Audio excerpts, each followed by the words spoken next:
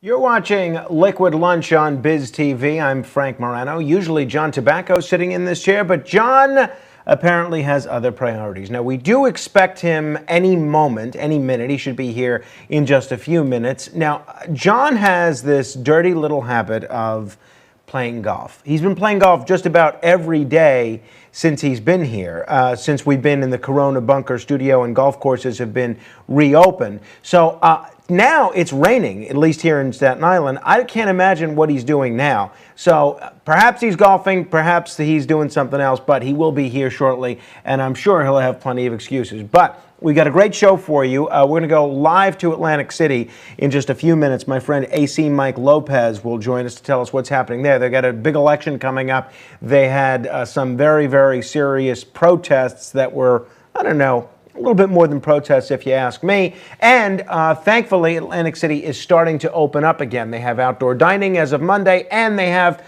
open alcohol on the boardwalk. You can now legally drink alcohol on the boardwalk. I'll be returning to Atlantic City on July 10th, so I'm excited to see what they have in store for us in terms of what's open and what's not.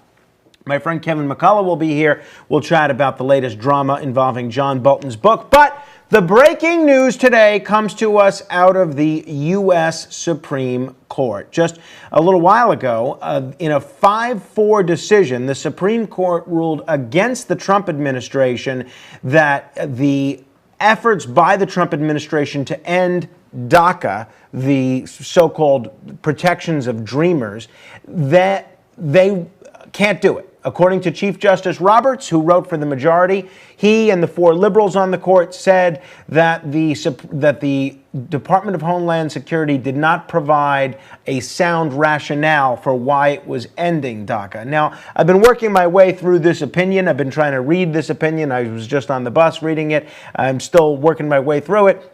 But it strikes me as pretty bizarre, this opinion. And by the way, I want to thank all of you who voted for George Bush for giving us John Roberts. Not only did you give us the Iraq War and a whole bunch of other maladies, you gave us Chief Justice Roberts as well. So it's a big thank you on that one.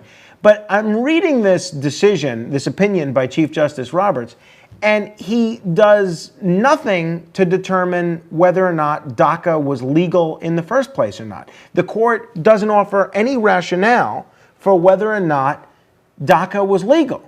So if DACA was not legal in the first place, then clearly ending DACA couldn't be illegal. So it's purely procedural. The one glimmer of hope, if you do want to end DACA, and look, I'm not for throwing the dreamers out of the country. What I'd like to do is see Congress come together and find a workable solution legislatively, not have the president on his own, whoever the president happens to be, have the president on his own decide, you know what, I'm going to enforce this law, but not enforce that law. So I'm friends with dreamers. I'm not for getting them out of the country necessarily, but it's got to be done properly. But what they hang their hat on here is something called the Administrative Procedure Act, which I have to tell you, until I read this opinion, I'd never even heard of. But that's the court's rationale. They said the Department of Homeland Security didn't follow the rules according to the Administrative Procedure Act. But in reading this opinion, as best I can tell, the Secretary of Homeland Security, the acting Secretary of Homeland Security, Chad Wolf, could simply issue a new order with a better explanation, and they could do away with DACA now. So if you're a proponent of ending DACA, it's not all glum if I'm reading this opinion correctly. We'll have some expert commentary on it throughout the program. I'll be joined by John Tobacco and AC Mike in mere moments. You're watching Liquid Lunch on Biz TV. I'm Frank Morano. No flipping.